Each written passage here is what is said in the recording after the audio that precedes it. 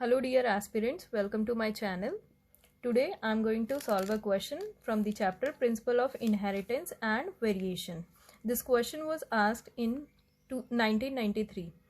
So it doesn't matter कि ये question कौन सी ईयर में पूछा गया था. मोस्ट इम्पॉर्टेंट थिंग इज़ कि आपको ट्रिक आनी चाहिए, आपको ये क्वेश्चन सॉल्व करना आना चाहिए. तब कभी भी ये क्वेश्चन पूछा जाए तो you should be able to solve it.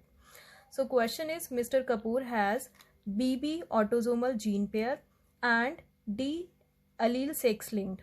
What shall be proportion of BD in sperm? तो यहाँ पे हमारे पास दो जीन पेयर लेके चलना है हमें. एक तो BD जो हमारा ऑटोजोमल है एंड एक D जो है वो सेक्स लिंक्ड है. सो ये क्वेश्चन कैसे सॉल्व करेंगे हम? सबसे पहले तो एज वी नो ह्यूमंस में क्रोमोजोम्स जो हैं वो 23 पेयर्स ऑफ क्रोमोजोम्स होते हैं. उसमें दो तरह के क्रोमोजोम्स होते हैं. One is autosomal and other is sex linked. Autosomal जो होते हैं ये मेल एंड फीमेल में कॉमन होते हैं and these are 22 pair in number. And जो सेक्स लिंक क्रोमोजोम होते हैं ये 1 पेयर होता है and it is different in both male and female. Female के अंदर ये एक्स के फॉर्म में होता है, मेल के अंदर ये XY के फॉर्म में होता है. सो यहाँ पे स्पर्म की बात की गई है, सो हम ये XY के फॉर्म में लेके चलेंगे. तो यहाँ पे जो मेल है जिसको हम कंसिडर कर रहे हैं उसके पास दो जीन पेयर हैं. एक आपका BB है एंड उसका एक जो D है वो सेक्स लिंक्ड है, मतलब जो सेक्स क्रोमोजोम है उनके साथ वो लिंक्ड होगा. तो लिंक्ड वो X के साथ भी हो सकता है या Y के साथ भी हो सकता है. इधर वो XDY के फॉर्म में हो सकता है या फिर XYD के फॉर्म में हो सकता है. तो हम ये वाला फॉर्म लेके चलेंगे क्योंकि यहाँ पे बात स्पर्म की हो रही है. दैट मीन्स वो Y लिंक्ड है. तो यहाँ पे ये ऐसे लेके चलेंगे हम. नाउ इस क्वेश्चन को कैसे सॉल्व करना है, क्योंकि आपको यहाँ पे प्रोपोर्शन बताना है, सॉर्ट ऑफ प्रोबेबिलिटी बतानी है. तो एज वी नो कि जब सेग्रीगेशन होता है, गैमेट की फॉर्मेशन होती है, तो ये जो एलील पेयर होते हैं ये सेपरेट आउट हो जाते हैं. इधर B ट्रांसफ़र होगा और कैपिटल B ट्रांसफ़र होगा और स्मॉल b ट्रांसफ़र होगा.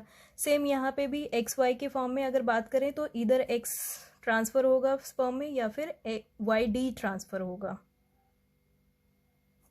YD ट्रांसफ़र होगा. अब जैसे हमने एक कॉइन लेके चलते हैं हम. कॉइन में हेड एंड टेल होता है. हेड की प्रोबेबिलिटी 1/2 होती है, टेल की प्रोबेबिलिटी 1/2 होती है. तो इन दोनों में से भी अगर हम प्रोबेबिलिटी की बात करें, चांसेस की बात करें, तो B ट्रांसफ़र होने की चांसेस क्या होंगे?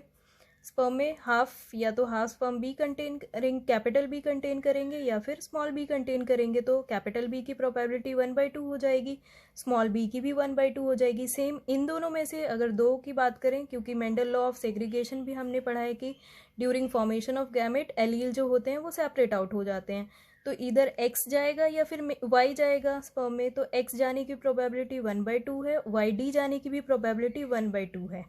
अब हमारा क्वेश्चन मेनली BD के फॉर्म में था कि BD होने के क्या चांसेस हैं, क्या प्रोबेबिलिटी है. तो यहाँ पे हम B की प्रोबेबिलिटी ले लेंगे. B आपका क्या है? 1/2 एंड D. तो एंड जब भी हम लेते हैं, एंड का मतलब मल्टीप्लाई होता है. जैसे कि आपने प्रोबेबिलिटी के क्वेश्चंस अगर सॉल्व किए होंगे तो आपको आइडिया होगा. D का मतलब ये वाला चीज. तो D की भी 1/2 है. 1/2 इंटू 1/2 1/4. तो हमारा करेक्ट आंसर है C. Option C is correct. 1/4 आपकी प्रोबेबिलिटी आ जाएगी.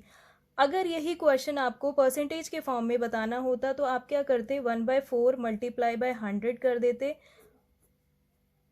और आपका आंसर क्या आ जाता? 25%. तो यही क्वेश्चन, सेम क्वेश्चन आपको परसेंटेज के फॉर्म में भी आ सकता है.